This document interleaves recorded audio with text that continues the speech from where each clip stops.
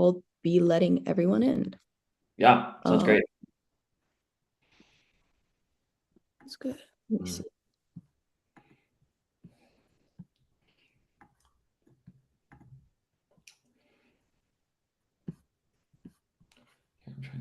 All right. Okay. Let me actually let everyone in then. We all good? Yeah, I think we're good. Fantastic. Okay, then let's get started.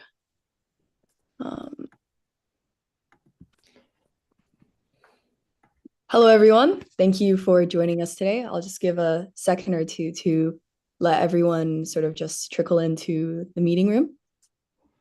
Hope everyone's having a fantastic day so far, wherever you are, evening or morning.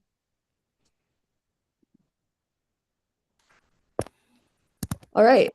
So then, yeah, thank you everyone for coming today. I'm happy to say we are at full capacity today. So for those also tuning in from our YouTube channel, thank you for joining us today. Good day, everyone. Welcome to the Youth AI Lab talk. We are very excited to have you here today. And before introducing today's talk, I would like to give you a brief overview of the Youth AI Youth Speaker Series because we have quite a few new audience members here. For those who are new to Youth AI Lab and what we do, my name is Melinda. I am the president of Youth AI Lab. We are a youth-led nonprofit U.S. organization dedicated towards increasing student to expert connections, AI literacy, and making high school students future ready. This webinar is a part of our monthly speaker series to raise awareness of AI among all communities. We invite experts from academia to industry to talk about their knowledge and discovery in specific areas of AI. So unlike other technical talks, these talks are tailored to people without much background in AI. Therefore, they're fun to listen to and easy to follow. So we hope that by listening to these talks regularly, you'll gain a solid knowledge of artificial intelligence. And this talk will also be up on our YouTube channel after the talk. So for people who miss it, or if you want to watch it again, feel free to visit our YouTube channel, which is just Youth AI Lab. And please help spread the word about Youth AI Lab. And thank you for your support of this community service initiative. And please also consider visiting our website at youthai.org and sign up to receive announcements for other upcoming talks such as this one. And we have hosted 27 fantastic talks since kickoff of Youth AI Lab speaker series. And our last speaker, which we will share in a moment, was in last month. And our speaker series covers important areas of AI, such as efficient AI, graphics AI, cognitive AI, finance AI, as well as different implications of AI. Our speakers are held in high regard in their respective fields, whether it be in academia or industry. We have speakers from big players in industry, such as Meta, Microsoft, and speakers from top AI universities, such as Carnegie Mellon, MIT, UC Berkeley, and Stanford. And replays of these talks are mostly available on our YouTube channel, with the exceptions of a couple of talks, which are unfortunately not available on our channel due to company policy. And for our last Youth AI Lab talk, we were honored to have Professor Jinjun Xiong, currently serving as Empire Innovation Professor with the Department of Computer Science and Engineering at the University of Buffalo, and the Scientific Director and Co-Director for the $20 million National AI Institute for Exceptional Education with us to share his work and breakthroughs at the NSF National AI Institute, addressing vital speech service gaps in children's education. So definitely a fantastic talk. Highly recommend you check it out. And you're welcome to watch the replay of this talk at our YouTube channel at Youth AI Lab. And our upcoming talk is scheduled for next month in April. More details with the registration will be released sometime soon on our Eventbrite. So definitely be sure to subscribe to our social media channels such as LinkedIn, Instagram, or Eventbrite to join us on our website and just to keep posted. And before introducing Austin, I'd like to briefly go over the logistics of this talk. So we'll be doing Q&A through a platform called Slido. So you can go to Slido and enter the event code 12366, or you can join the link that I will share in the chat in a bit. And feel free to submit questions throughout the talk, but we will only be answering questions in a Q&A session at the very end of Austin's talk. So definitely be sure to stick around if you have any questions, and also just listen to what Austin might have to say. And now to introduce today's guest, Austin. Austin currently serves as the lead AI product manager for Wearables at Google. There, he spearheads Google's long-term strategy for helpfulness and productivity on AI in the Pixel Watch, as well as product innovation for future devices. Outside of his work, Austin mentors undergraduates as an alumni chair of the Princeton Entrepreneurship Club. He received bachelors from Princeton University in computer science and public policy as a self-created major. So now I'll first hand the floor over to our brilliant speaker, Mr. Austin, inviting him to delve a bit deeper into his background and share with us more about his work in the field, including providing valuable insights from his experience with personal AI computing and its importance in today's world. So let's give a warm welcome to Austin. Thank you for joining us today. Oh, whoa. Guys, thank you so much. This is absolutely incredible. I think it is so sick that high schoolers like yourselves are diving in so headfirst into these areas. I was not doing this in high school, so huge kudos there. And hello, Melinda, you gave a fantastic intro, and thank you for the invitation. As she said, my name is Austin, and I help lead the AI team here. So super excited to be chatting with you all today. Cool. Can everyone see my screen? Everyone's good? Cool. We'll just keep moving. Yeah, we can see your screen. Awesome. So I think the most important thing I want to stress here is that this is all my opinion. This does not reflect Google's opinions. You should not take this as financial advice. This is just my perspective, having worked in this field for a while now, and the best that I can glean based off of public research and what we can also see from the industry as a whole. So the other thing I want to do as a quick disclaimer is that the AI landscape is evolving rapidly. So anything I make here, anything I say are future projections at best, and could change with very foundational understandings. I think a good example is the recent Sora model. A year ago, I thought a model like that was never going to be feasible, and it's absolutely stunning if you haven't seen it. It's a recent video model from OpenAI, so highly check it out. Brief rundown on what we'll talk about. Basically, who am I? Why should you even listen to me?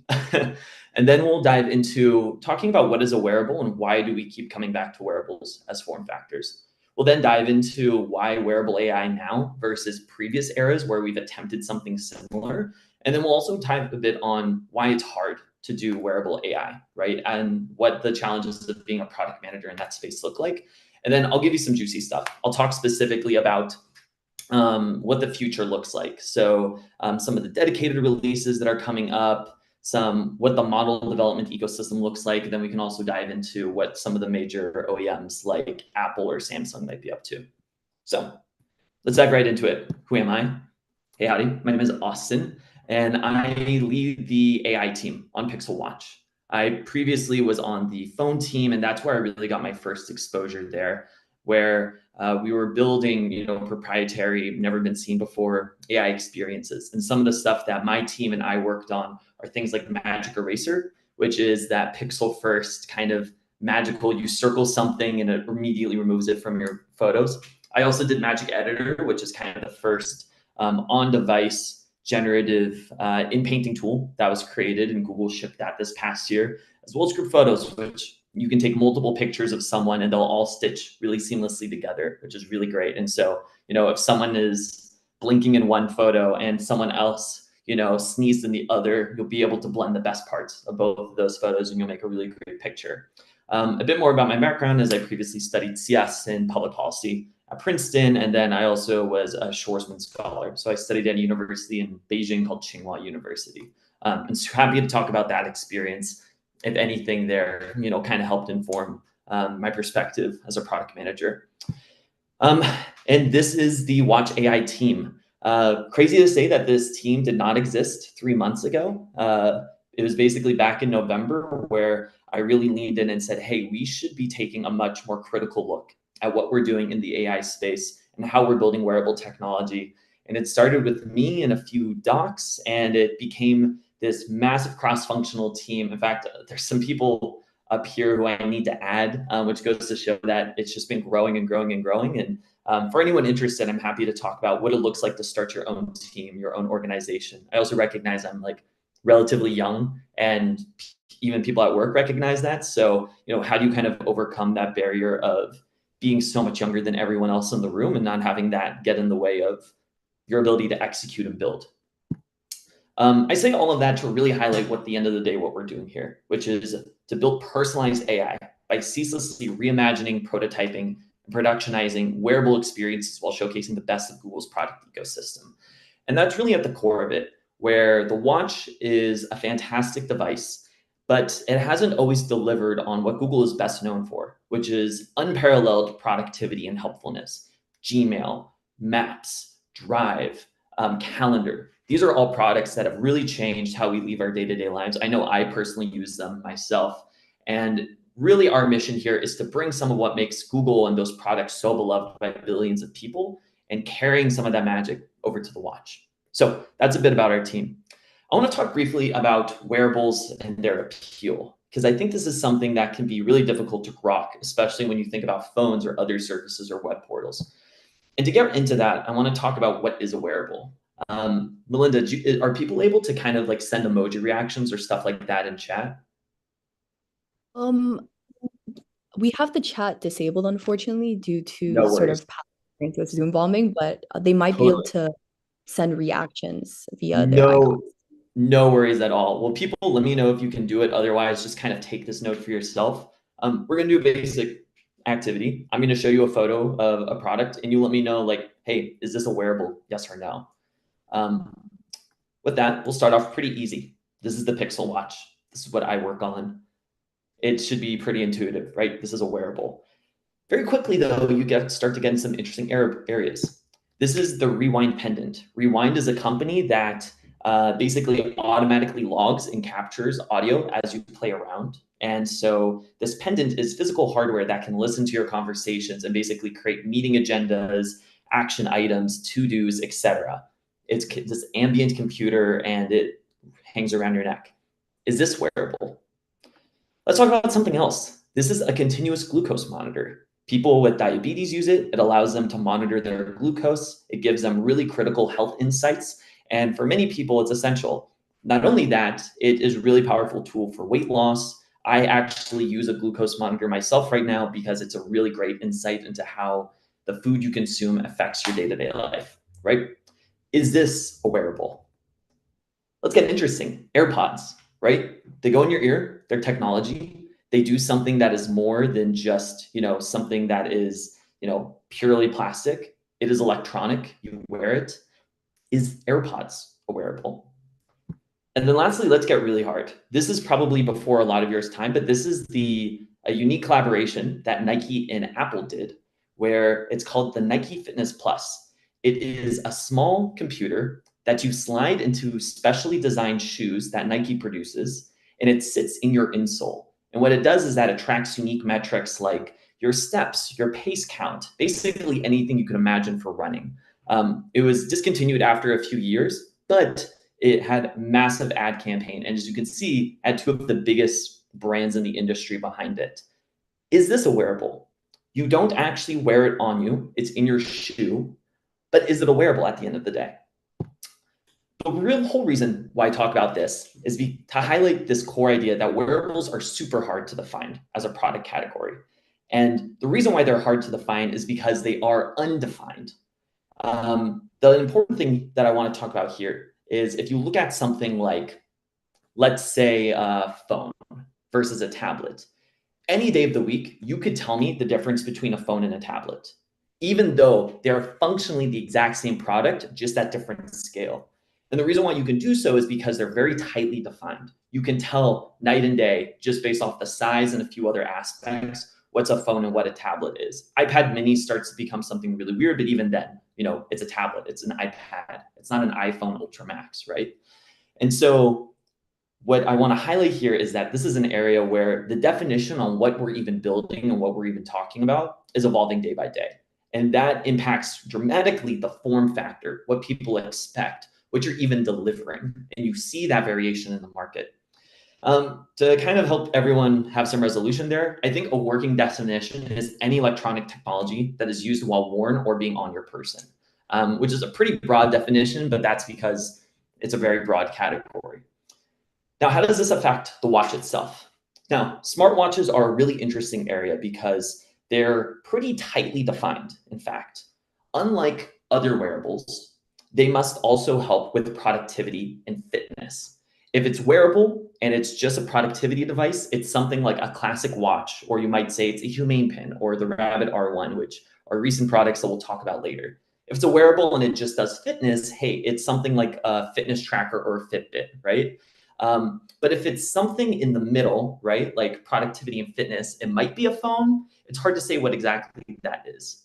And you necessarily need to be all three. And in my opinion, I think Pixel Watch is like right here. Historically, it's played super well into fitness, and of course, it's a wearable, but it hasn't always delivered on productivity, though we're making a lot of motion to help move that needle. So why wearables at the end of the day, right? Why do we keep coming back to them? Well, I think the answer is because they're inherently appealing as a form factor. In fact, they're uniquely appealing compared to a lot of others. And there's three core reasons here. Wearables are inherently a more respectful device, or they at least feel more respectful. Wearables feel less intrusive, and wearables feel like the future. Now, I'm going to break through each one of these. Wearables feel respectful. I think we all know the effect that a laptop has in front of you versus having pen and paper or even an iPad. And the fact is, like, a lot of technologies that are more classic form factors, like a laptop or a phone, feel very rude. You checking your phone in the middle of an interview, that feels really bad. Having your laptop in front of you when you're talking to someone also feels really bad. But a ring that might vibrate for you or checking your watch, right? Those feel not as terrible. And so people continue to come back to wearable devices because they feel a little more natural and they don't get in the way of interpersonal communication the same way that other devices can. Along that line, wearables just feel less intrusive. They mimic form factors that we not only have already commonly accepted, but we think are timeless, right? On the left here is a company called Withings, which does a hybrid smartwatch. These hands are all analog, so they're actual mechanical, but it also has an LED screen that allows you to track things. And so it's a very classic form factor, and a lot of people love that device, even though it does much less than other smartwatches in their category. Same thing here, Meta Ray-Bans. These have taken off incredibly well, and it's done astronomical numbers. And part of the reason why is because Ray-Bans is a classic form factor. People already love them and accept them versus, something like a Google Glass. And of course, these are rings. This is the Samsung ring that just got announced a month ago. We don't really know what it looks like yet, but Aura has been a very dominant brand for a while. In fact, they kind of have a death grip on the fashion industry. And part of the reason why is because it is a classic timeless form factor that's just less intrusive. But more than anything, I think wearables feel like the future. And so we can see throughout media, time and time again, we come back to this idea of wearable technology, particularly around communication, giving you information, just elevating your overall ability to perceive and interact with the world around you. Whether it's, this is Dragon Ball Z, this is the scope, everyone recognizes Buzz Lightyear, but even going way, way back, Dick Tracy, which is something like my grandparents/parents watch, your grandparents probably watched. And even then they talk about, this phone on a wrist that can help you communicate with people. So we've been coming back to this idea of something on your wrist, on your person, on your face that helps you better perceive, engage, and be more productive in the world around you for a long time now. And I think it's just that tendency to come back to it versus other form factors that really continue to deliver us back to this point. So hopefully at this point, I've convinced you, hey, like, wearables will always kind of have a place in our popular conception. But that doesn't necessarily explain why we're doing wearables now versus a lot of other periods of time. So you might have been able to see, but there's a ton of hype and skepticism around wearables right now.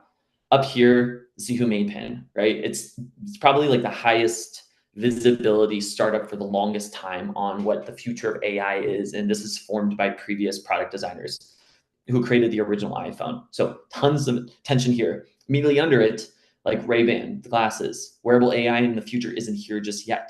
Right next to it, we have the Rabbit R1, AI-powered gadget that can help your apps for you, and people talk about it as the future. We have the Apple Vision Pro, huge launch that just happened, and arguably also a form of wearable technology, right? And I think no one needs to talk through here about how much of a splash this made culturally, and how contentious it is right now about whether or not this product is going to last long term. But why wearables now and not, a decade ago when Google tried to take their own attempt at this with the Google Glass? And why not even further back when we started to do these very crude, almost Jules Verne-esque attempts or approaches at wearable AI? And I think there's two reasons for that. The first is that small hardware has hit a tipping point in terms of capability and power that finally allows for additional capabilities and allows for capabilities to be brought to even smaller form factors. And then the second one is because new technologies have arisen that bridge the gap that a wearable inherently creates in the form factor itself. We'll dive into both of these a little bit more. So the first one I want to talk about is that small hardware has hit a tipping point. Now, to briefly give a background on Moore's law, it is you could call it like a theory of computation that said every 2 years, the power and output of chips are going to double. The number of transistors on a chip will double. And the cost of producing current chips at their current size will cut in half every 2 years. Moore initially articulated this law in the late 21st century, so 1960s, 1970s, 1980s. And it's basically held true ever since he said it. Every 2 years, computational power has doubled, and the cost of producing it has been cut in half. And that's how you get all those stories of, oh, your calculator has more computational power than the Apollo space mission. The reason why that's true is because Moore laws kind of describe the scaling effect, where hardware is just going to become more and more powerful and become cheaper and cheaper to produce simultaneously. Now, Moore's law in the large form factor, a lot of people are questioning whether or not that's still true. We're not going to dive into that, but I want to talk about the small form factor especially. And it's not as if Moore's law did not affect smaller devices. It did. The problem, though, is that Moore's law, up until this point for smaller form factors, always created room for additional functionality. So what I mean by this is the original smartwatches or the original fitness trackers just did fitness, or they just did notifications. And every 2 years, 2 years goes by and the computational power has increased dramatically. And that allows you to have a smaller chip in there. And that smaller chip, instead of, creating additional capacity or additional developments, made room for other essential features like GPS, for example, or the ability to connect to Wi-Fi or microphones. I have this excerpt here that is from 2017, where Qualcomm is a major chip manufacturer and developer. The head of their wearable unit, Pranav.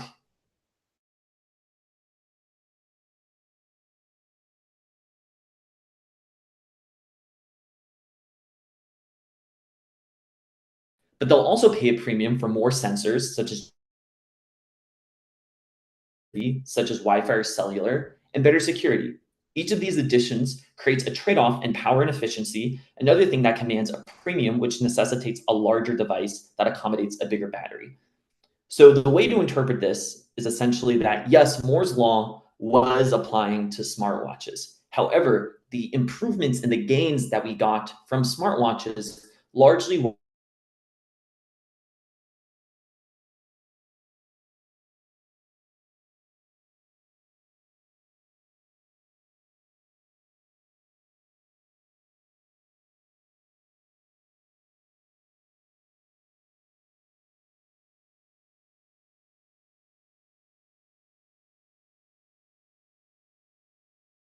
of the watch becoming a very powerful form factor. Watches basically have all the same hardware that phones have. They might not have some stuff like camera, for example, and who knows if they'll ever get there. And they don't have all the capabilities that a phone has. But functionally, any piece of hardware you could identify as a phone, a smartwatch essentially has at this point. Has cellular, has this accelerated chips, can do all sorts of advanced metrics, can do GPS. In fact, now watches have hardware that phones don't have. They have a lot of fitness and health tracking adjacent stuff. And they might even have some additional health adjacent features. So what this means is there really aren't any more hills to conquer in terms of new functionalities that are provided by hardware or additional power, additional security, which means these year-over-year improvements can now go to functionality. So you can keep the exact same form factor, and 2 years from now, that chip is going to be twice as powerful, and you're not going to have to make a trade-off for it. You're not going to make sure you can add a larger battery, or you could add something else there, but you're not making room for something that you know for sure you want to bring in, at least not the same way it used to be. And what this means is that watches are finally hitting an era now, today, where they're more powerful than they ever once were. And if you talk to developers at Qualcomm, which I have a lot of conversations with Qualcomm and other chip manufacturers, the chips that we are looking at 2 years from now, 3 years from now, are incredibly robust and are much more powerful than we were used to. And part of that is this AI renaissance, but part of it is also that finally we can start looking at chips that maintain similar form factors. At the same time, it means that that same chip that was powerful enough to power everything you could do on your watch is now able to do that in a smaller form factor, right? The amount of transistors doubled on a chip, which means that you can provide that same level of computational power in half the form factor, which now means that other form factors that have even more rigid constraints on space, like a ring or glasses or a necklace, are now able to deliver that same computational power. And so in general, we've hit a hardware tipping point where chips are just small enough and or powerful enough to do all the kind of next generation experiences that you've traditionally reserved for a phone, because that larger form factor and bigger battery gives you that headroom. But that doesn't explain everything, right? The other problem with wearables is that they inherently create gaps because of their form factor and their size. And there's new technologies that have arisen to basically fill that gap in a way that wasn't able to be done before. As you can, I kind of try to do my best to explain it here, but as you move down device size from computer to phone to watch, you lose input accuracy. On a laptop or a full-on computer, nothing is more accurate than a dedicated mouse and keyboard, right? You type the fastest, you're the most accurate. You don't see pro gamers using like a smartphone in massive tournaments, and that's because there's just not as accurate. And phones have gotten to a very good point where for a lot of their use cases, they're just as accurate. They're as accurate as those experience wants you to be. So touch, maybe a few of them have some dedicated buttons, but those are largely precise enough. Though you wouldn't do something like write like a paper on your phone, or at least I hope you're not writing a paper on your phone. That sounds really terrible. The problem is that we can't bring that over to a watch. Have you ever, for any of you who has an Apple Watch or a Samsung Watch or a Pixel Watch, which I hope you have a Pixel Watch, but I recognize it's a relatively new product. You don't want to use a keyboard for that. You don't want to try using the on-screen keyboard because it's so tiny and the precision is just not where you want it to be. Nor is it really going to provide what it is, what you otherwise want. And so for the most part, yes, the watch uses touch, but it also relies on things like voice input and gesture input. And if you've used speech-to-text dictation, you know that is usually not the best. It's usually more accurate to use a keyboard, at least on screen, and it's even more accurate to use a dedicated keyboard. And so I say all of that to indicate that, hey, smaller devices inherently limit your input ability, and limited input hurts accuracy. And that hurt accuracy limits the sort of experience you can even do because it's so painful to try doing anything else on it. I think a really good example is if anyone has tried the Vision Pro, you don't want to use that to write a paper without a dedicated keyboard, because looking and pinching and looking and like trying to do individual letters is just so terrible. It's a horribly inefficient means of input. And historically, this poor input accuracy has hindered the capabilities of that device beyond any basic capabilities, because you don't want to do anything that requires more than a second or two of action or behavior. The big thing that has changed here is that we now have this evolution of LLMs and AI. And these LLMs do two things. They can fill in the gaps that poor accuracy otherwise has, and they can use context to drive higher levels of accuracy. So with context, you can infer the intention of what someone is trying to do. And with an LLM, you can digest multiple tasks, quote unquote, into a single action or a single query. And so the example I have on the right, is we say, hey, traditionally, if you were trying to, count how much protein is in a handful of almonds, you would open Google, you would look up nutrition fact of almond, you would find the protein information, you would do that basically per almond and basically ratio it out to how many you have. You'd open your macro tracking app, you would log it, and then you would hit save, right? Those are tons of steps, and that's awful to try doing on a watch standalone. What's more likely to happen is you would go to your phone or a laptop because that level of input accuracy is just unobtainable. However, you can imagine a world where a query like, hey, can you log the protein of these almonds for my macro tracking, becomes a lot easier. And all of a sudden, a wearable is able to do that task very effectively, very efficiently, and you don't need to pull out your phone. And the reason why I highlight these almond things here is this is actually the use case that the Humane Pin highlights very strongly. The Humane Pin has a camera on the front of it. It's able to do, image detection and recognition as part of a multimodal input. And so this is one of their classical use cases. And so very quickly, you can understand how LLMs and the context that they're able to infer kind of blur the need for all these additional steps and all this accuracy because it's able to kind of drive and do that action on your behalf. So those are the two main reasons why it's really time to do, why wearables now are in a unique fever pitch. Real quick, I want to talk about trying to be a product manager in AI.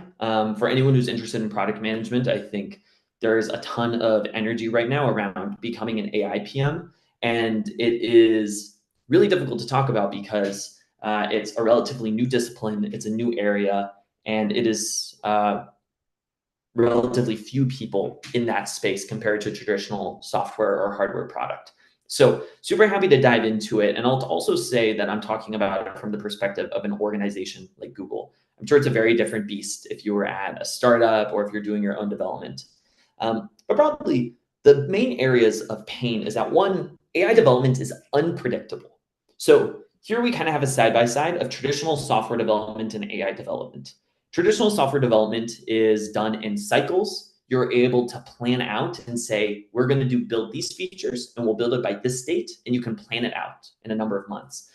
If you talk to teams that are building a lot of these models, they oftentimes frame them as experiments, and they don't even necessarily have software developers as much as they have, research engineers or experiment engineers. And their whole job is to say, I have this hypothesis on what's going to happen. Let me mess around and find out. And they discover an outcome, but you cannot plan it. You can't say in 6 months from now, we will compress this model by X amount or Y amount. That's just not something that you can do in AI development because you don't have that development cycle. To that effect, you can't have a strong understanding of outcomes. In traditional software development, you can say, we spent 6 months, 4 engineers on this, and we're going to build this app, or we're going to improve latency by X amount. And you can very clearly articulate what that goal and that outcome is. With AI development, the best we have are hypotheses. We have general theories. For example, there's a really major one called scaling law, which basically says the more energy you spend trying to train a model, at a certain point, it's going to fall off a cliff. However, they're broad kind of theories that guide most development. But I can speak from experience that a lot of them can oftentimes fall short, and we don't understand why. A really good example is some of the model development work we've done at Google. I won't speak to specifics, but I was working with this product manager who does a lot of hands-on model development. And he said, hey, we, like all common wisdom, said that after X point, we would stop seeing improvements. And in reality, what happened was that they decided to keep pushing and they saw no detriment to input. So it didn't, kind of exponentially or logarithmically, I should say, fall off in terms of improvement, had a very strong linear correlation. More energy you put in, the more they were getting out in terms of performance and improvements. And that defies most conventional wisdom on how model training works. It was just that one situation, and there's no way to really explain it beyond that's just how it happened. Similarly, that moves into like causality. In traditional software development, you can clearly articulate how things you did led to the outcomes, right? You can say, hey, you add one engineer, you improve the overall working speed of the team by X amount, right? You double the eng team, you double the output roughly, you give them you double the amount of time they're working on it, you double the amount of time that they're able to build it, right, etc. That's not true with AI development. You can broadly, again, have conjectures on weak or theoretical understandings of causes. You can broadly talk about, hey, we think if we put another person on this, we might be able to make more inroads. But it is not a one-to-one out, in and out. In fact, it's very unpredictable. There's no reason why a team of like 12 is able to output more than a team of 6, more than the team of 12 increases your chance of like getting lucky, basically, and having like an interesting idea or something randomly going right for you. But it is not like a clear scaling of like, hey, this much more work is going to lead to this much more output. And I think that's why you see so many startups, especially very small startups, having very robust models, because it's not necessarily a byproduct of their manpower or their effort. It's simply a matter of, hey, someone might have a unique insight into the field, or they might have gotten phenomenally lucky in their model development, and they're able to move something forward in a way that, you know, companies with 100 times their resources weren't able to do. And I think this moves into the last one, which is there are clear boundaries in software development on what is feasible, especially in hardware. I can tell you exactly, hey, this experience is able to work at this speed because this is the chip, and we are able to do so with this amount of like energy output, etc. AI development, the capabilities quite literally change overnight. You know, we went from, hey, you know, these text capabilities and this level of context is impossible, to now you can input a text string and generate a minute video. You know, we thought a lot of this stuff wasn't going to be able to be feasible or wouldn't be able to be created. And it turns out these capabilities just change overnight. And so the difficult thing here is that you can't clearly articulate like a long-term roadmap, because that roadmap necessarily cannot encompass some new understanding of what can be done that might emerge. And I think I have a quote here that I really love. This from a Gemini PM I work with, where he basically says, hey, model development is effectively alchemy. You have no idea what will happen. And that's very true. Despite no one in the world right now can tell you for certainty, if you put this much time, this much energy, this type of data into developing a model, what that output will look like. No one can. No one can tell you how much more efficient it will be. No one will tell you how it will be able to compress. No one will tell you the accuracy. We just know broad theories about what certain training data lead to certain outcomes, and generally more effort in leads to more effort out. But that is not a strict correlation. And so how does this impact building technology and building product? Well, it impacts our development timelines. So in an industry like a device, there's always been this massive challenge of trying to sync up timelines. So software development in a company like Google, at least, happens annually. We set out to plan and build software a year in advance, maybe like 2 years in advance, but we are effectively working cyclically. Hardware is planned out 2 years in advance. So you're already looking at not the watch or the watch that's going to land, but we're planning and have already defined the watch that's going to land after that one. And silicon is even longer. Silicon basically refers to chip. Google builds their own chips. An average chip development is 4 years.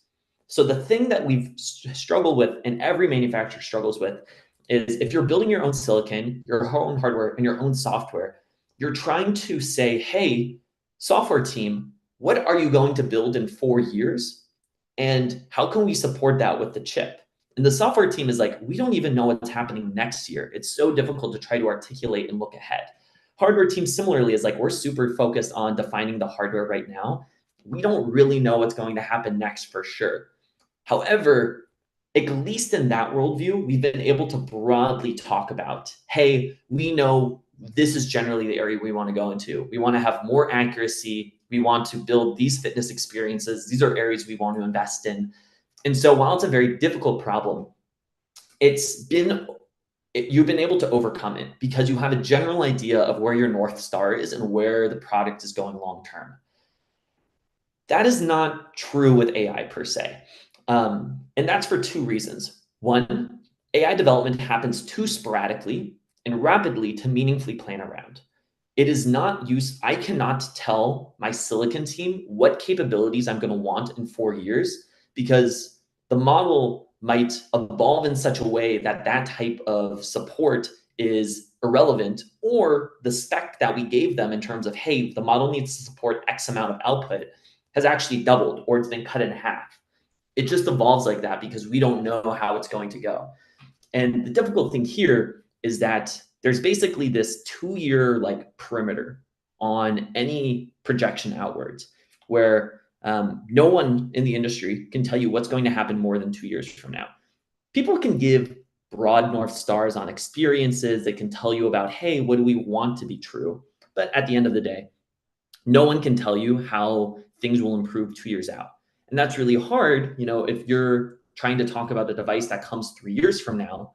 They're asking you, hey, what are the features we're going to ship on that device?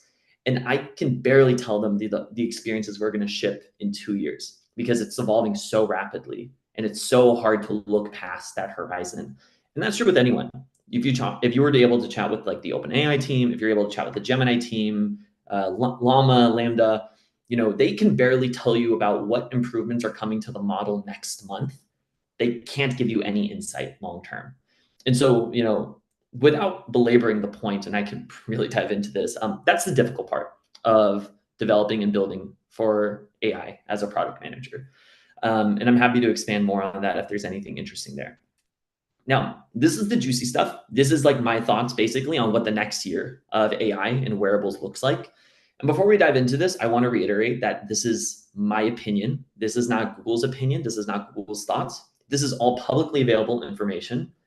That said, if you were to be in my shoes and say, hey, like, how should I interpret the next year? This is how I'm thinking about it. The most important thing that's coming up is actually something very soon, which is basically in a month from now, the two most hyped physical dedicated wearable AI products are shipping. And they juxtapose each other so beautifully. It's like the perfect market test for validating what's even true in the ecosystem. And so we have these two products. On the left, we have the Humane pin, and on the right, we have the Rabbit R1. And on every point, from cost to like model of service to the functionality to whether or not you actively engage with it versus to more ambient technology, completely different interpretations. The only things that are really shared about is, hey, it has a camera, it has some similar hardware, it's very voice-centric and uses LLMs and all this AI stuff. But otherwise, it diametrically opposes two very conflicting ideas. And so I think the industry broadly is watching this spring very closely to better understand what's happening there. Talking about these products at depth, we have the AI pin.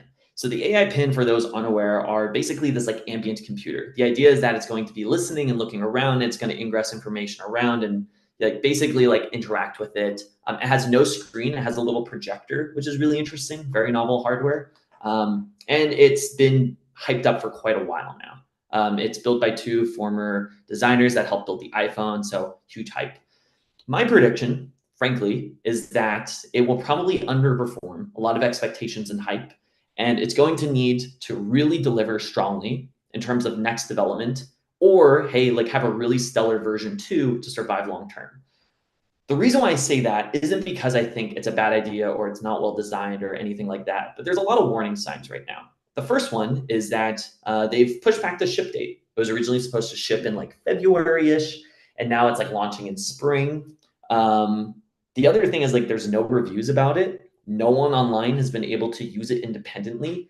Everything we know about it has been a Humane employee using it on our behalf, which is very suspicious for a new hardware product that's supposed to ship in a month. No one's been able to get their own hands on with it.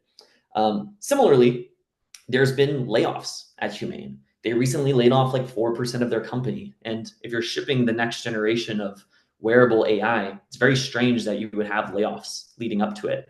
And the likely reason for that is, hey, it's probably underperformed sales expectations. And this is something that's been like somewhat widely reported on if you're really deep in the haystack.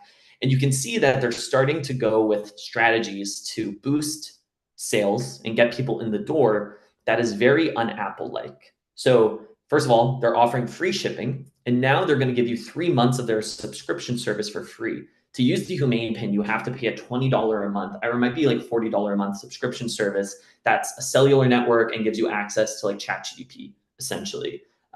This is new. I actually got charged back on my credit card because I bought it before they made this announcement, and they're honoring that agreement with everyone. I wasn't even aware of it. But it's very concerning, right? Because if you're looking at a product that's trying to be like the Apple of this form factor, Apple would never give you, those sorts of perks unless it was a really struggling product or they're really worried about sales projections. And you can see it's happening. The other things that Apple gives you, 3 months free on is like Apple Arcade and Apple Music. And I think everyone is very aware of like, hey, those products aren't performing as well as other things in the market or just aren't performing well at all. So what do I think the outcomes are going to be? I think there's going to be like a 1% of tech fanatics who are already like so deep down the rabbit hole that they're going to love this because it's a replacement to a phone, and it's like they're biohacking their minds so they're no longer distracted by social media, and it's ambient and it's the future. It's the people who you see like wearing Apple Vision Pro, like crossing the street, right? They're so deep in the hole that they're going to use it because they don't care about practicality. They just care about like the vision and the future. There's going to be 9% of people who buy it who are tech optimists who will use it for a few weeks, but it's never going to replace their phone, right? And that's the critical thing here. The Humane Pin is supposed to be a replacement to a phone. And if you know anything about people, your age, like iMessage is really huge. Like you won't get someone off of an iPhone because they need to have access to iMessage, much less social media and TikTok and all this other stuff. And you can't use any of that with this. And so I think people will use it for a few weeks. It'll be really interesting, but the high cost is just going to make them say, hey, like I'm never replacing my phone with this. And so they're either going to, hey, like use it and carry it around in tandem with their phone, or they're just going to say, actually, like I give up. I'm going to put it in a drawer. And I think a good example here is the Apple Vision Pro. Apple Vision Pro had a ton of sales. People used it for a week, and then they quickly said, that was a fun toy. And you actually see Apple Vision Pro has like very high return numbers, and there's a lot of people who just don't use it anymore. And then there'll be 90% of people who don't touch it. People who think about it, but they're going to wait for the reviews, or they're just never going to buy. And that's frankly like my opinion on like what the market is like. However, we're watching this closely because we want to learn three things. One, we want to learn about the input mechanisms that they're building. Humane is an entirely voice-first experience, right? It has a very small projector, but you're supposed to use basically just your voice for it, in addition to hand gestures and projection. While I don't think it'll succeed as a product, I think they're going to solve a lot of crucial problems surrounding voice that the rest of the industry is going to take notes from, because any wearable device is going to need to master voice inputs in order to deliver a really great experience. And so I'm going to be watching very closely on how they do their inputs. I think it's also going to be really interesting to get validation around one, ambient AI. So something you wear that you're supposed to like just kind of have like listen to you and be like part of your clothing, and it's not an active thing. In addition to being a subscription model, is that appealing to consumers? Will people be able to swallow that? Really interesting to find out. And that ultimately comes down to the big thing here, which is price willingness. This device is $800 plus $40 a month on subscription. It's very expensive. And so are people willing to shell out basically, smartphone money for something that is not a smartphone? Who knows? It's a very expensive experiment, and I can't wait to see the results on it. On the other end of the field, you have the Rabbit R1. Rabbit R1, it basically blew up a couple months ago because they presented it at either South by Southwest or some other major tech conference. And basically, it's like this holdable device. It's made by Teenage Engineering, which is a really well-established, reputable hardware firm. And the whole idea is that it uses this large, like large action network or model. And so it's very action oriented. It will do things on your behalf, like book a trip or like order a pizza or call an Uber, etc. And it's very clear already that this version 1 is going to sell super well, and it's going to have enough runway to sell a version 2 or be acquired. The reason why I say this is because there's a few really big areas of strength here. The first one is that there's no subscription model, and it's super cheap. It's $200. It's very clean design-wise. Look at it. It looks fun. It looks really cool. Looks like a toy. And the demo was super impressive. Satya Nadella, if you haven't watched it yet, highly recommend. But Satya Nadella, who's CEO of Microsoft, basically said, hey, this is like one of the best product introductions since Steve Jobs. And I think maybe that's like a really strong accolade, but it goes to show that like, hey, they did a really good job with it. And the numbers don't lie. They sold 100,000 pre-order units. No one's gotten to touch the device so far. There's no reviews. No one has used it, but it's sold, I mean, what is that? $20 million worth of product for something no one has been actually gotten a review on yet. It's all just based off hype, which is really impressive. So based off that, it'll definitely last long enough to, create a version 2, assuming it doesn't have like crazy high return rates. So what do I think the outcomes are? I think 5% of people are going to be tech fanatics and they're going to make themselves use it.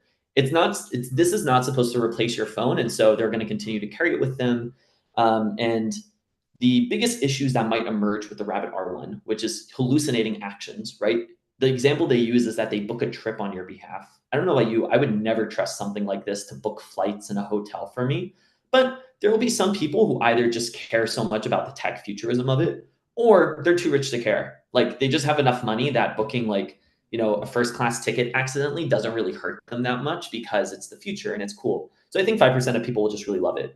I think 15% of people will be tech optimists who buy it and they like it and there's some interesting things, but the fatigue of an additional device just weighs on them. Like it's bulky. It's probably like this big. It's probably like calculator adjacent. It'd be like carrying around like a Game Boy dedicated with you. And so it's just really big. I don't know how that's going to resonate for people. And I think 80% of people are going to wait and see what happens. But there's a lot of interesting things here, right? It's going to be a really good example for price point willingness. Are people going to pay? This is about as cheap as you can get for a dedicated AI hardware wearable. Will people pay $200? Does this action AI oriented and the all-in-one subscription model appeal to people? So the Rabbit R1, you have to click a button to use it. It's not going to like listen in the background. It's not going to like ingress stuff for you. You have to explicitly engage with it. And so it's a very unique model from the Humane Pin. And so does that resonate for people? And does the all-in-one model resonate for people? You don't have a subscription with it. Then lastly, it's also the voice input. I mentioned here earlier about the acquisition, and I didn't mention that for the Humane Pin, basically because the Humane Pin is so big and it's such a unique piece of hardware. It's really hard to figure out how that translates to like an Apple buying them. The Rabbit R1, the biggest comment that has been made on it is, why isn't this a $50 app? And the answer is, it could be a $50 app. There's nothing about the hardware that is unique or cutting edge or uniquely enables an experience. And so I either think it does so gangbusters that they say, fuck it, like we're going to go, oh, sorry, you're in high school. Whoops. They say, screw it, we're going to IPO, or a company like Apple or Google or someone else acquires them, Microsoft, for example, and they just use it and they install it as an app and they use it to improve their own models. It's hard to say, but I think it's going to perform really well based off of the hype so far. And then this moves basically into the next year, which is the rise of small models. So basically, you've all heard about LLMs. Google has Gemini, there's ChatGPT, et cetera.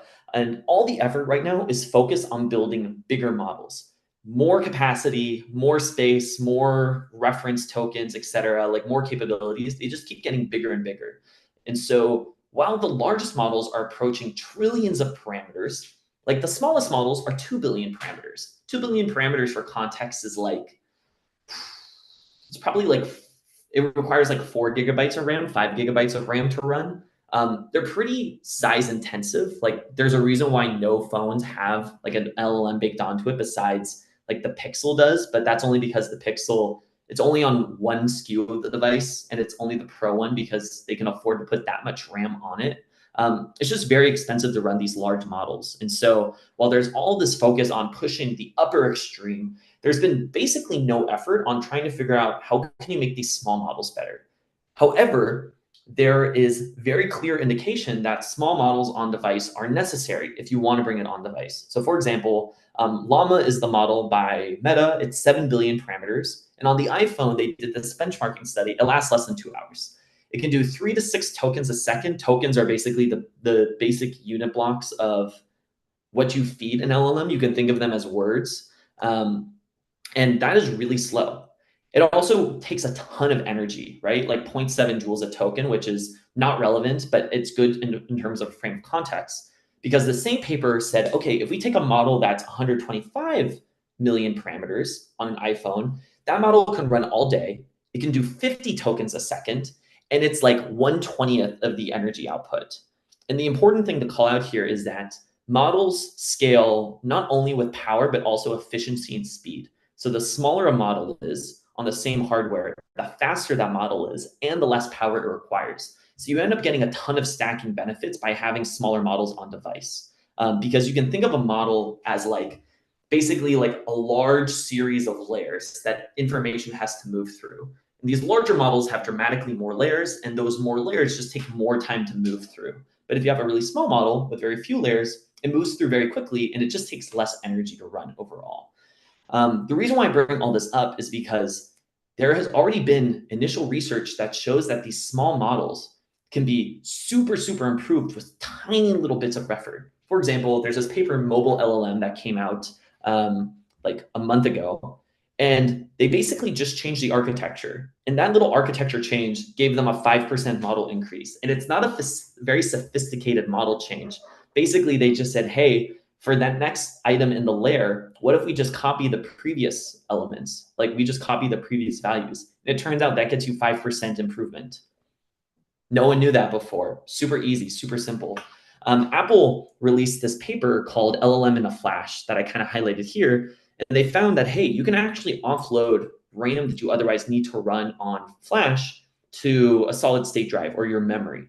So you no longer need to make these very high investments into having more RAM on device, which is usually a barrier because the entire model needs to load in RAM historically, and that limits model size. You can now run up to twice that amount on SSD as well, and there's no impact on performance at all. So you can quite literally have models twice as large as we normally otherwise could running on device. We also have this paper from MM1 that's also an Apple paper. Apple's producing absolutely insane research. It's very, I would keep an eye on them. They're probably going to ship something related soon because they're just outputting so much research. But they created a sub-billion parameter multimodal model, which was something that we didn't really think existed beforehand. And the important thing here that I think is really interesting to highlight is that unlike these large models, these small fine-tuned models, while they're not as generalizable, you can't have them write a poem for you. You can't have them like create images for you. But for select tasks that you pre-identify, they can probably perform as well, if not better, than the large models can. And that's really important because you don't want general capability on a smartwatch, right? You only want it to like write text messages for you, or like maybe you want it to like summarize notifications or something like that. Those are super tightly defined. And those are features that Google already shipped on larger devices. And they all use Gemini, which is great, but you don't need the entire size of the Gemini model to achieve a task like that. And so there's going to be a really interesting area where I think we see very small models on device being super fine-tuned to do very specific tasks and they're exceed it. And lastly, why would we even have on-device models? I think there's 4 big reasons here, and this is my last slide. One, efficiency, right? Model size scales directly with power and output and requirements and thermal efficiency. So smaller models for the same task, if they perform just as well, always win out in terms of compute, in terms of energy, in terms of resources. Availability is another big one. It is a very frustrating experience to have everything you want to do gated on an internet connection, especially if it's something you're supposed to wear like a ring. If you're out in a mountain and you're like, hey, like, remember this piece of information for me later, it's a really bad experience to get, oh, you're not connected to internet, try again later. That really sucks. And availability, having these on device means that you can always access that good. It's also a cost thing. So most people don't realize this, but it costs a lot of money to run cloud-based models. I think a really good example is image generation. So if you go to Google Cloud right now, if you're a developer, and if you want to generate an image, like just create some AI-based image, it costs 2 cents per image to do so. That is super expensive, right? And when you're talking about a device where, 30 cents is the difference between including a charging brick or not, 2 cents per use, like per image, is ludicrously expensive. And so historically, it's either, hey, cloud-based, and so you have to charge a subscription model, or that cost has to be baked into the unit cost of the device. So you just have to charge more for a device because you have to offset it somehow, or there's something else that has to be done. But it's why something like ChatGPT to get the premium access costs X amount of money, because it's just too expensive to not otherwise. And that's always going to be a barrier for consumers to broadly access it. Having the models on device, though, with hardware that's powerful enough to run that device, means that you don't pay for that AI. You get it for free as part of the capabilities that your device broadly has. And then the last one is appeal. Frankly, like I'm a technophile. A lot of people are very techno future, and on device is just a sexy feeling. And there's a lot of research that demonstrates like the appeal of, a smartwatch, doing notifications or texts or anything like that isn't, oh, I can't do this otherwise. It's the appeal of having it on your wrist. And that translates very well over from models as well. And so I think there will always be just this natural tendency of, hey, like there will always be someone who buys a device because it's able to do something that you could do on a laptop, but it's not the form factor. So thank you so much. It's a super short time, so there's only so much to cover, but I'm happy to dive deeper on models, for example. I'm happy to talk about how model architectures actually work, what that fine-tuning process looks like, other recent developments. I can talk about industry trends, like what I think about some other manufacturers might be up to and what's going on there. But I can also talk about whatever's interesting to you. This time's ultimately yours. Happy to engage as much as possible here. Thank you. Really appreciate the time. Thank you, Austin. That was fantastic. And I think it's really just amazing to see, as you also mentioned, it's amazing that you were able to cover so many things in such a short amount of time because the field of wearables is just so vast and fascinating, and there's so many Absolutely. different applications. Yeah, definitely. And we're really grateful. Thank you for sharing your insights, both realistic and also just sort of future based of AI in this field from your unique perspective as someone who has worked in this industry, right? And I Totally. think it's as another someone who's a high schooler, I think it's amazing what you've done at such a young age, really just been spearheading these innovation efforts. And thank you for giving us sort of a glimpse into the future of wearable AI, like explaining how these devices are really set to reshape our lives. And I think it's definitely really interesting to see how these devices have basically been rapidly evolving, right? Because AI has been growing at a really fast rate, and how these might actually enable us for more greater productivity and connectivity in the future. So definitely really excited to actually dive into sort of these fronts further by Yeah, opening the floor to some questions. So totally. yeah, so now it's perfect time. So let's dive into the first one. This one I think it's actually really interesting because this is a concern with all technology, I would say, especially as it becomes more prevalent in our lives. We have a few people asking sort of um, like sometimes wearables to record conversations. We have some people asking like if they have to watch for uninformed recording and legal issues, just overall concerns about privacy, and asking for your thoughts about that.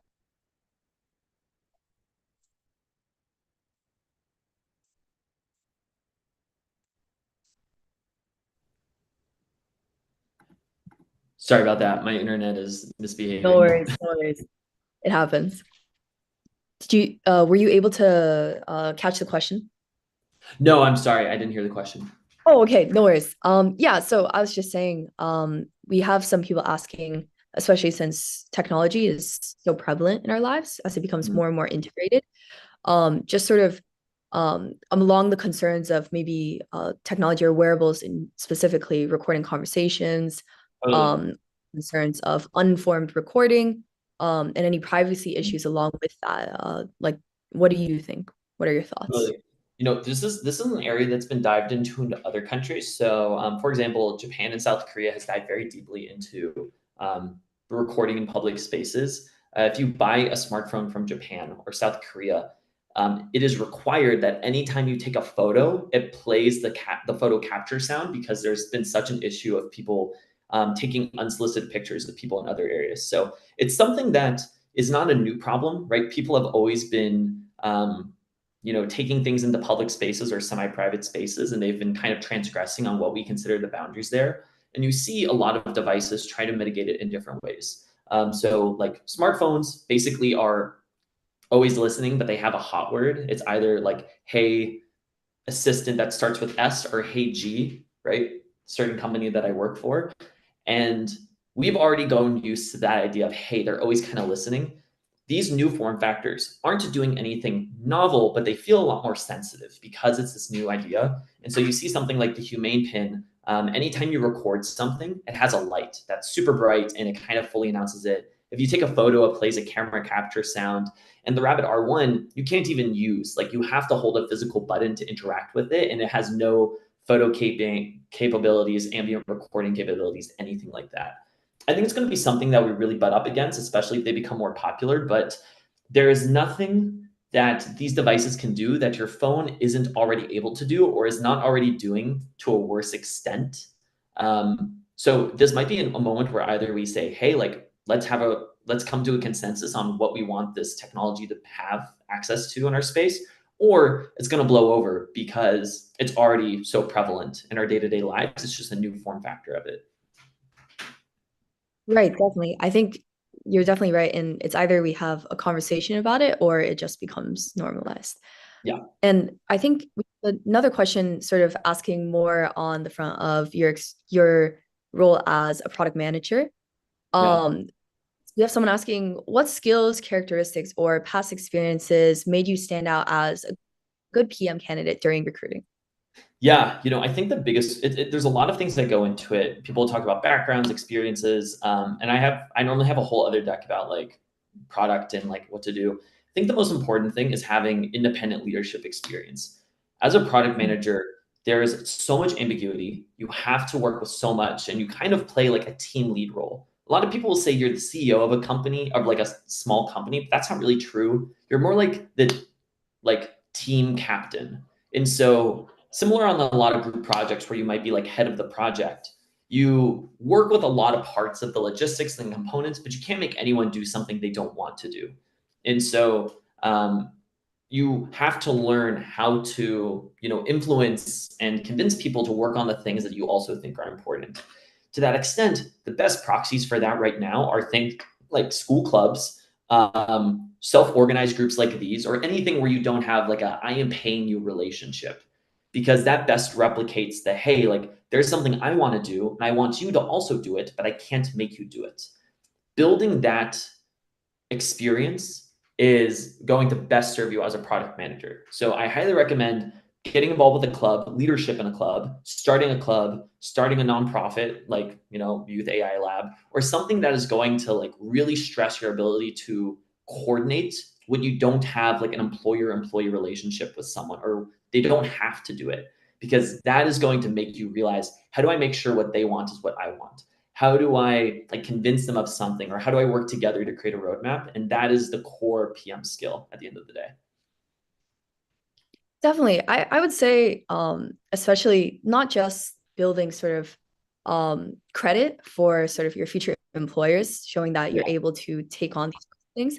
I think it's also just a fantastic experience that really get real world experience working with other people, maybe Yeah. leading your own club, as Austin said. Yeah, definitely really good pointers for anyone who's maybe looking to stand out as a PM, maybe in recruiting process. Um, and I think back to sort of wearables, we have someone else asking, I know you talked a lot about sort of maybe cost might be a barrier to access for these wearables. Yeah. So we do have some saying, will individuals with lower incomes be able to afford these technologies? Yeah. So I think, there's no doubt that these capabilities are going to come to every device, right? Sure, like wearables are somewhat unique just in terms of their accessibility, but your phone is going to be the surface that gets more innovation, more opportunity there. And, survey says you're a group of high schoolers, most of you, I'm assuming, are based in the US. Survey says like 98% of high schoolers have iPhones. You already have a device that's probably going to be powerful enough to run any of these experiences I'm talking about on these other hardware pieces. And so there will probably be some equity issues around like bespoke, like custom experiences, or these unique hardwares like the Humane Pin. But I have full conviction that these technologies are just going to come downstream to the things you're already using, your phones, your smartwatches. And the real value of a wearable isn't that they can't do something that your phone can do, it's that it's more convenient to do it there than anywhere else. I didn't show it, but there's this graphic I usually use where I say, hey, like, why would you have a phone when there's a laptop? Well, it's because like you would use the phone because it's more convenient to use your phone than pull up a laptop or a desktop computer. And very similarly, there's going to be a paradigm shift where you'll start using your watch more, or your wearable device more, because it's more convenient to start or do something there than to pull out your phone and open the app and like open the keyboard and do everything there. It doesn't sound arduous now, but I think you're going to quickly discover it's much more arduous than having your watch and going like, tell Samantha I'm going to be late, and also that like Yeah. I'm going to pick up groceries, right? That's just so much easier. Even though we're already talking about easy actions like opening a phone and texting someone. So it's going to be more of a paradigm shift than a, hey, like only these rare few are going to have access to this technology. Definitely, yeah. And I think also hopping back to sort of the product management side of things, Yeah. we have another person asking, how do you become a product manager? Like from your experience, what sort of Yeah. technical steps, areas do you have to know? Yeah. Like to what depth? And how do you keep up with all these rapid new developments? It's a good question. So two-pronged. One, how do you become a product manager? Short answer is like it's a very difficult field historically. My recommendation is you either basically become a product manager by joining like a rotational product program. I was part of the Google APM program. It's a very well-known, reputable program. Highly recommend you Google search it. It's APM, Associate Product Manager. And those are standard like training programs. A few companies offer them. They're the best way to get in because they explicitly hire people who do not already have product experience. So that's number one. Otherwise, you do a role that is proximate to product in a company and you slowly work your way in. So you're either a software engineer or you're a designer or you do strategy, and you start doing more and more product-like roles until you transition to becoming a product manager. In terms of experience, I think you need to have some design chops. You need to have some acumen with business and strategy. But really, the most important thing is you have to be technical, because at the end of the day, you can code something, you can build a product without a designer, you can build a product without strategy, but you can't build a product without code. Like there always needs to be someone writing code at the end of the day, and that's always going to be the most essential part of the pyramid. And you're going to need to work with that group the most. So I think it's really important that as a product manager, you study computer science or some STEM-like degree, so you're used to working with a technical stakeholder. In Right. terms of, um, sorry, what was, oh, how I stay contemporary? I read a lot of papers. There's a few sites that I recommend. Hugging Face is a really good example. If you're not on Twitter/X, unfortunately, I don't like that platform, but all the best research is published there first and they spread very quickly.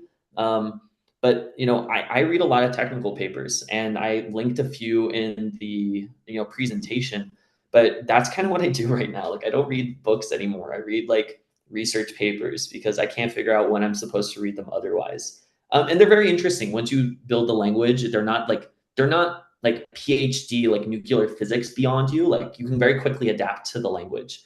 And so if anyone's looking to get into it, the paper I most recommend, it's one that was actually published by Google. It kicked off everything with LLMs right now. It's called Attention is All You Need. It was a paper published in like 2017, 2018. And that is the foundational paper. And because it's so foundational, a lot of the terms are much easier to understand because other work hasn't been built on top of it. So if you're trying to become more technical, you're trying to learn more, I highly recommend you start reading the research because there isn't that much out, and Attention is All You Need is the starting point. That is the paper that kicked off everything. Definitely. And I think I'm not sure if this is the right one. I just did a quick search. I Yes. think, is that the right one?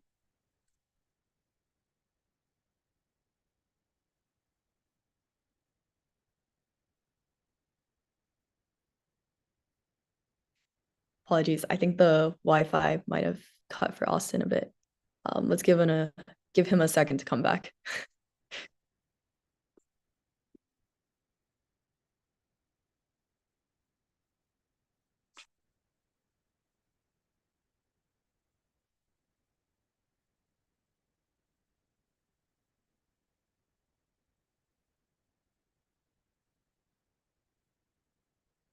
Hey Austin, can you hear us again?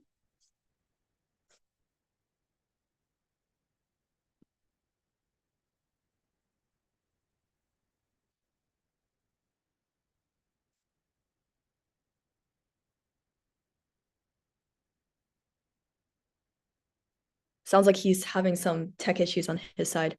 In the meantime, I actually saw a question that was in the while he gets back to us. actually saw a question in the Q&A that was actually directed towards me that I'd just like to quickly answer while Austin's sorting out his tech issues. Someone was asking basically how was I able to reach Austin? And they were wondering about sort of how they can access such amazing resources in the future. And I would say to this, definitely really happy to hear you guys are enjoying the talk. And I would honestly just recommend doing some research into the specific fields in AI that you're interested in and finding some key figures doing work in that industry. And especially if you're a high schooler, I would say what I found in the past is that these people are usually very eager to talk, especially since to see young people getting really interested in this industry. So or just definitely try to sort of reach out to someone you already know and ask if they know anyone in this industry. So um, I hope that helps in sort of trying to make connections and definitely coming to talks like these is also helpful as well. Austin, can you hear us now?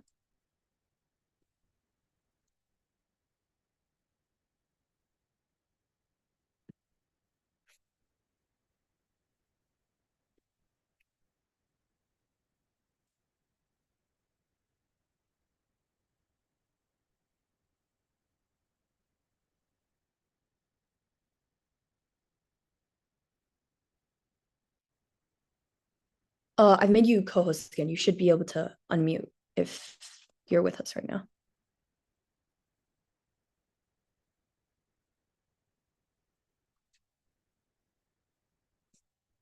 There we go. Okay, I'm There you back. go. Yeah, sorry. Welcome back. I rejoined, but it didn't recognize that it was still me, and so it didn't give me ability to unmute and everything like that. No That worries, was no worries. okay. Good to be back. Sorry, everyone. Thank you. Yeah, no worries. Tech issues happen. Yeah. I think I'm not sure if you were able to finish answering the question or if we were moving on to the next one at that point. I think I finished answering. Attention is all you need is the paper to go to. It's the best one. Okay, yeah. And I've sent the link to the paper in chat. So definitely, as Austin recommended, definitely check that out. Huge. And we have someone else asking sort of more on the industry. We have Mhm. Mario asking, to what extent do you think wearable AI is going to affect the industry of the Internet of Things, so IoT? When do you think the industry of wearable AI is going to be mature? Oh God.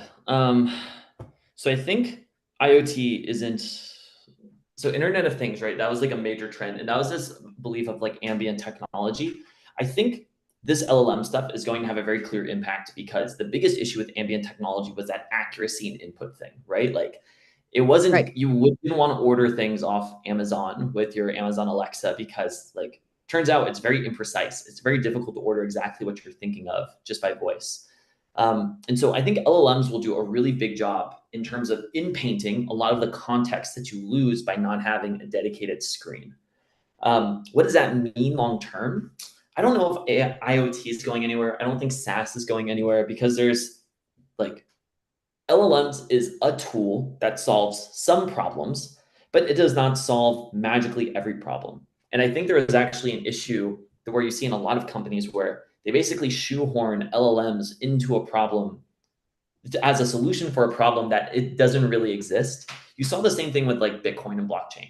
Tons of companies were like, "Oh, the ledger will solve this or do that," when a centralized database did that better than, any decentralized solution. And I think you're seeing the same thing with LLMs.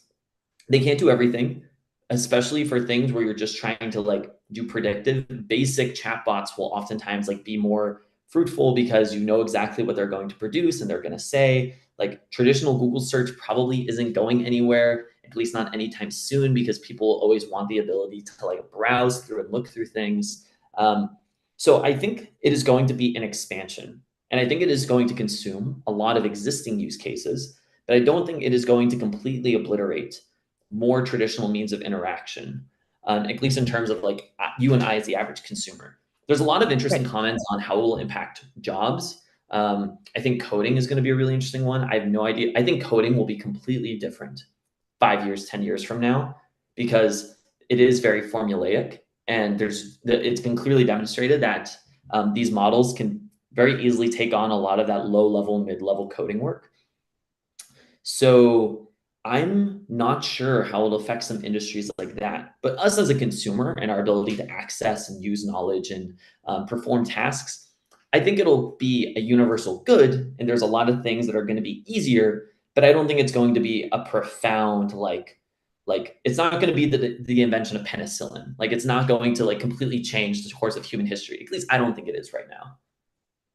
That makes sense. And you actually touched upon another question that someone asked, two people actually, especially the big question, which is if AI is really going to replace many jobs in the future. So we had Yeah. people asking if you think AI would replace or reduce the need for software engineers. Sounds like you touched a bit I upon mean, that. I think the role of what a software engineer is going to be incredibly different. The same way that the role of a factory, technician is very different. Like factory technicians are not building cars, they're monitoring machinery and they're like basically making adjustments and tuning appropriately. And I think that parallel of how machinery and robotics affected manufacturing is a really great proxy for how it will affect um, code development, where engineers are going to become less of like actively building, coding, typing things out, and they're going to become much more so technicians that monitor and are knowledgeable enough about the systems to correct them, but are not actively like writing out a majority of code anymore. And I think that's like, to me, that's like very apparent. I think that's going to happen. I think there's a lot of jobs, particularly white collar jobs, that are like frankly very formulaic. I think a lot of sales roles, 90% of it is like outreaching and like writing something interesting to outreach to people, but it's very formulaic and it's very much a function of just getting as much out as you can. I think roles like that are probably going to be Right. super heavily impacted. Um, I think roles like copywriting will be affected without a doubt. Like there are roles and jobs that are going to be affected by these more like cons- these more like business and professional application services. Fortunately, I don't grapple with that the same way because everything I do is for personal productivity, right? Me making your Yeah, watch like write a text for you is not going to put someone out of a job, right? Like, and so I think it's a very difficult, like moral, like ethical quandary that fortunately I don't have to deal with yeah, because personal productivity is not displacing like some mass industry of personal textures that exists. You know what I mean?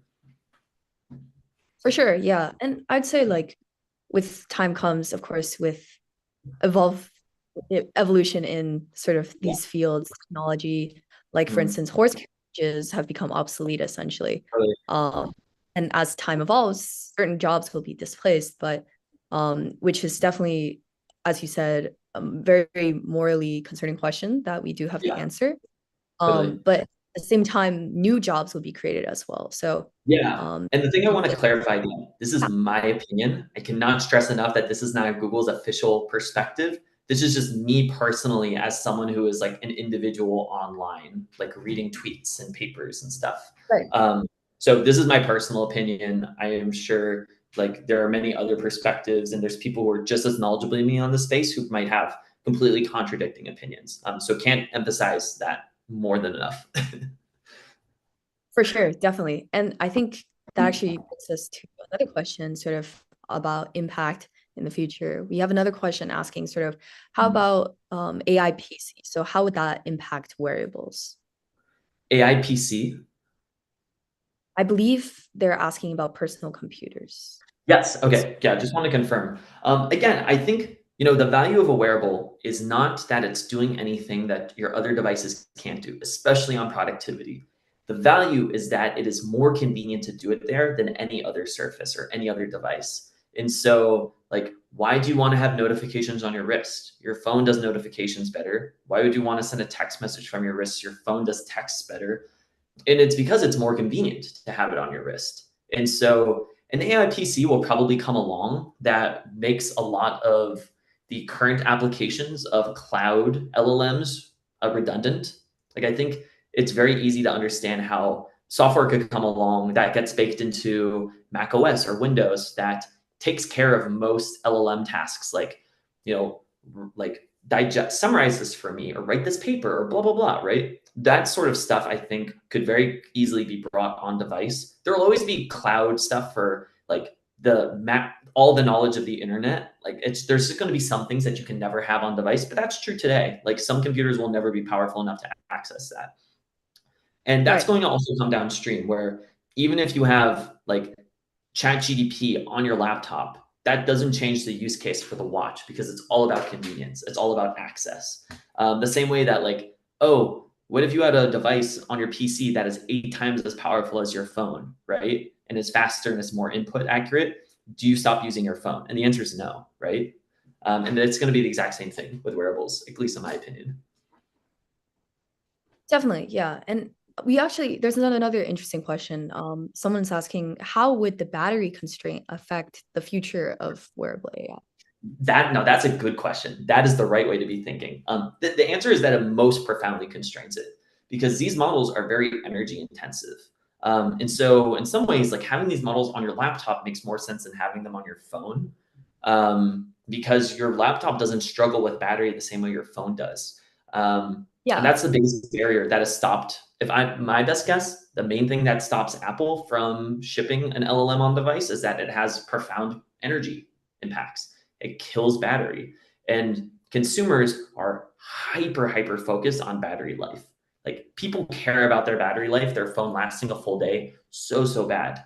And so, a lot of development right now is focused on, what are the use cases that we know are constrained enough that they won't obliterate the phone battery. That's a huge area of concern. And I don't know if phone batteries will necessarily evolve with the capabilities that we're seeing on the model side, just because phone batteries are not like we have not discovered something magical and new about how phone batteries or lithium batteries work. At the end of the day, like they're not going to be some overnight development, at least right now, in terms of a new battery technology. At least not that I have visibility on, but I also don't work in hardware. Like I don't work in hardware that way. So I think that will be the biggest limiter. And that's the main reason why you'll never see like full chat GDP on your phone. Even if your phone could run it, the amount of energy it would take is just insane. And that's the right. biggest limiter from bringing those experiences onto smaller form factors because the batteries are even smaller there. So more than anything, it's energy and battery. That's the limiting factor in addition to the chip and whether or not it's powerful enough. Yeah, that's a fascinating question then. I would also say, especially since with the devices that we have currently, sort of trying to, once in a while your phone runs out of battery, maybe you don't have a charger, but if you're putting that into a much smaller device with much smaller Yeah, battery, it's interesting how that would for affect sure. it Yeah. for consumer. I mean, even bringing it to a phone, I'm willing to bet that like it's a huge barrier. There's a reason why Apple has not done anything in this space yet. Partially quality, but also like the battery stuff. And people are super sensitive about iPhone batteries. Right. That makes complete sense. And we actually have someone else asking sort of more, I'd say more on the product management side, but also more Mhm. on your work side. So we Yeah. have someone else asking, could you describe what a typical day of work is like for you? Yeah. It's a lot of meetings. I spend more than half my day in meetings with people. Probably like close to like 2/3, if I'm being honest. And basically, your job as a product manager, the way you can think about it is like coders are best at coding, designers are best at designing, lawyers are best at figuring out laws and regulatory stuff. Your job is to make sure that anytime a decision has to be made, you don't need a lawyer and an engineer and a designer and a business development person all in the same room because they're not always needed for every meeting and it's a waste of their time to not be focused on the thing that they're best at. More so, sometimes those people don't know how to talk to each other. Like designers are think about product and what matters to them in a very different way than engineers. Lawyers are quite literally trained to think in certain ways that are very foreign to other people. And so it's not even like a good use of time to bring all those people together. And so what a product manager does at the end of the day is that they're a conduit for efficiency. When I'm in a meeting, I broadly represent everyone who could matter, right? Like if I'm going to a meeting where I'm talking about the product roadmap, I am broadly representing the interests of engineering and design and the legal team and business development, right? Anytime I don't know something or it's something where we explicitly need that stakeholder, I bring them in. And so part of the reason why like product managers get described as like these CEOs or these team captains is because they just have more visibility because they talk to everyone and they have 50% of the picture of all the nuance and depth of their work. They have the most complete like vision of what happens. And so my job is to basically at the lowest level make sure that my engineers and designers spend less time in meetings. And at the highest level, it's me being able to see everything and get a unique insight on something that we should do, but no one else can see it because no one else is having all the same conversations I am, or they're stitching the whole piece together. And so really at the end of my job, my impact is that I make other people more efficient at their work because I offload a lot of the like knowledge tasks of representing and advocating and articulating their perspective in meetings. And that's why Right. so much of my time I spend in meetings. And when I'm not in meetings, I'm writing emails, so another form of communication, or I'm writing docs because the doc, I can send someone a doc instead of having a meeting with them. It's just like a scaled version of all that. But 90% of my job is communication effectively. Sure. Yeah. And that's definitely a big role, especially since you're sort of connecting the teams together. And Yeah. I must thank you for, I know we've gone quite over time. So would you be all right if we just sort of ask maybe one or two more questions? Yeah, totally. Super happy to address it. And I know I've had some technical issues, so I want to make sure people can get, any answers they want to get. Yeah, no worries whatsoever. Technical difficulties always happen. It's Yeah. part of the technology. But Mhm. yeah, so we definitely have a lot more questions to ask. So, but unfortunately, due to time and also to respect Austin's time, we'll just ask two more. Mm.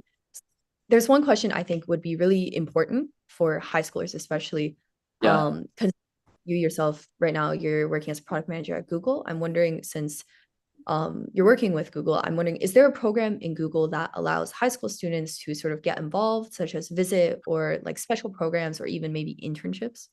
Yes. So um, there is a really phenomenal program that I did myself. It's called the Computer Science Summer Institute, CSSI, and it basically is an opportunity for high potential high school students who are interested in technology and interested in companies like Google to spend a month in a Google office, and you basically go through a full coding boot camp. It's taught by and led by real Google engineers, and you get to like go from 0 to 1 on like, hey, like I know nothing about computer science, but this is something really interesting to me, and learn that and engage there. It's a fantastic program. I did it. It was a fantastic experience, and I still look back on it really fondly. I'm assuming the program still exists, and if it does, I would make sure everyone applies. You apply at the end of your like for seniors who are going into college, you basically get to spend a month in that summer in between living in a nearby dorm. You go to like the Google office every day and you like do these coding boot camps, and you come into your freshman year already having a really strong basis on computer science if that's new for you. Um, so that's one. The other thing I recommend is some of the early career internships at Google. The one I want to highlight is the STEP program. I'm forgetting the acronym for it, but it is the most entry level software engineering internship at Google. I did the program when it was called Engineering Practicum. Not sure why it was called that. I'm glad they changed the name because it doesn't really make sense, but it's a great opportunity to spend 3 months learning and working alongside real product, like real engineers, product managers, designers, and you get to work on real products. You work on stuff that actually matters, and you get to work on things that actually end up shipping. I did that program as well. And so I highly recommend if you are technical or considering becoming more of like a software engineer, or you're interested in product long term, highly recommend that program, especially because having done that internship, it puts you in a really strong, advantageous position for the Right. APM program, which has an internship that then recruits into a full time. Just because you have familiarity with Google's products and it's already a bit of a personality match there. So I would highly recommend those, especially if you're interested in Google or if you're especially interested in product. Any early engineering experience you can get through internships is going to put you in a better position to make that transition over to product. Wow. Okay. Yeah, those are definitely some good insights. I think I also possibly found the links. Austin, you might want to confirm if they're the right ones. I've just sent them to the chat. I think it is called a different thing now. It's called STEP instead of engineering practitionum, which I do think is a bit better. Oh,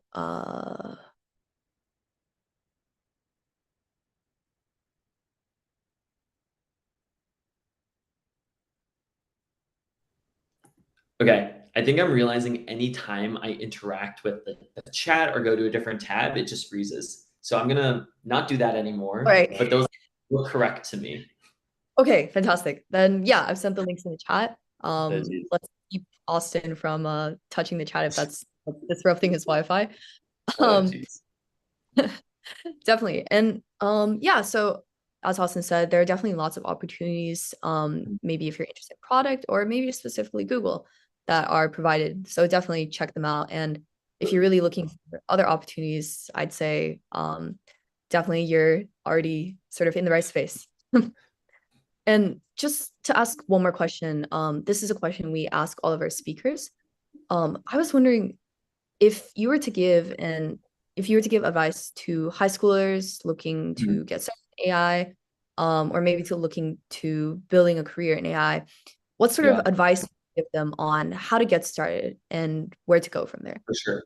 You know, we are in a rare moment where technologically it is a wild west, where the gap between like the heavy hitter entrants and the novices are the smallest it's ever going to be. If this is something interesting to you, I highly recommend trying to lean in and becoming more involved now because the field is only going to become deeper. These products are only going to become more sophisticated, and the gap between what is cutting edge and what is available to you immediately, like starting point zero, is only going to grow more. Um, I will say, I came into this to doing AI work. I did not have a background in this. I was not like somehow a research engineer or anything like it. I think it requires a little bit of focus to like learn up, but it is not insurmountable. It is not like other fields where it's too deep for you to ever hope to access it outside of a PhD or some special focus. And so my best advice is to dive in now. Start reading the academia and literature. There's only 2 years, or there's really only like half a decade of research that's published in this space. Um, and not even that really, because everything is kind of downstream of attention is all you need. So it's not a very deep field. I would start building, I would start experimenting now. I would start looking at uh, things like ChatGDP and the plugin stores for those, or Gemini, which I think may be doing something there soon. Frankly, I don't know. I'm not very in tune with what that Gemini web team does. And figuring out, hey, like what can I build myself that takes advantage of this infrastructure that is useful and meaningful and people enjoy. And the benefit of that is that there's so many tools out there just around helping developers wade into the water. So if you want to be involved in AI, I think you have to become technical. I think you have to grow comfort with working with this technology, building it, coding it. But it's never been easier to do that. And the gap between you and the cutting edge has never been narrower. So, highly recommend jumping into it now because you're smart enough to be able to do it. And you don't want to wait until you're 3 years into a college degree when the field has already progressed so much for you to feel ready, but you're actually further behind than you were right now. In fact, this is the most ahead you will ever be in your life in terms of like AI in the field, this new evolution of it. So highly recommend diving in now and learning. Join me on the journey as I try to become more knowledgeable myself. Wow, thank you. That makes for a fantastic closing message, I would say, to our audience. So, Really. with that, that was the last question. Definitely, thank you so much for sort of showing our audience at Youth AI Mhm. Lab so many aspects of AI in wearables, and it's really exciting to know what the latest generation of AI wearables is poised to have a transformative impact on so many various aspects of society, like shaping the way we live, the way we work, interact, and perceive the world around us. So thank you, Austin, for joining us today and spending so much time answering our audience's questions. I know we've gone very over time, so I really appreciate No worries your at time. all. I really appreciate it. And thank you for this opportunity. Open asks if anyone has any feedback on information that they wish I dive deeper on, things that would be more relevant, areas that really resonated with them. It'd be really great if you could share that feedback with the Youth AI Lab team and Melinda, and I would love to follow up with her afterwards and just learn. I'm trying to improve and better figure out what is useful for people all the time myself, and taking a moment out of your day just to give 30 seconds of feedback is just going to help make it future presentations or future sessions like these that much more valuable for your peers. So open ask there, but thank you again. Really appreciate the opportunity. Definitely. It was everything you shared was incredibly invaluable Mhm. insights for our audience to take from. And as Austin said, if you do have any comments or questions, because I know, unfortunately, there were some questions we were unable to go over just to sort of respect the time, definitely reach out to us. We have our contact information on our website, and we'll pass any messages to Austin there on forth. And Awesome. definitely thank you to our audience for joining us today. And really, as Austin said, really starting now is sort of the best way to join this field that's really rapidly evolving. And I think by being here today, that's exactly what you've done. You've already gotten started on that. So thank you, everyone, for joining us today. Thank you, Austin, for your time and all of your invaluable insights. Really looking forward to sort of what your work in the future and where this field will take us. And definitely for those who want to see more, subscribe on our YouTube channel or follow us on our social media platforms, or our website as well. There are many platforms you can reach us on. And we're definitely really excited to see you all back again in our next webinar in April. So definitely stay tuned for that. And we will see you all next time. Thank you, Austin. Thank you, everyone, for coming today. Thanks all. Take care now. Thank you, everyone.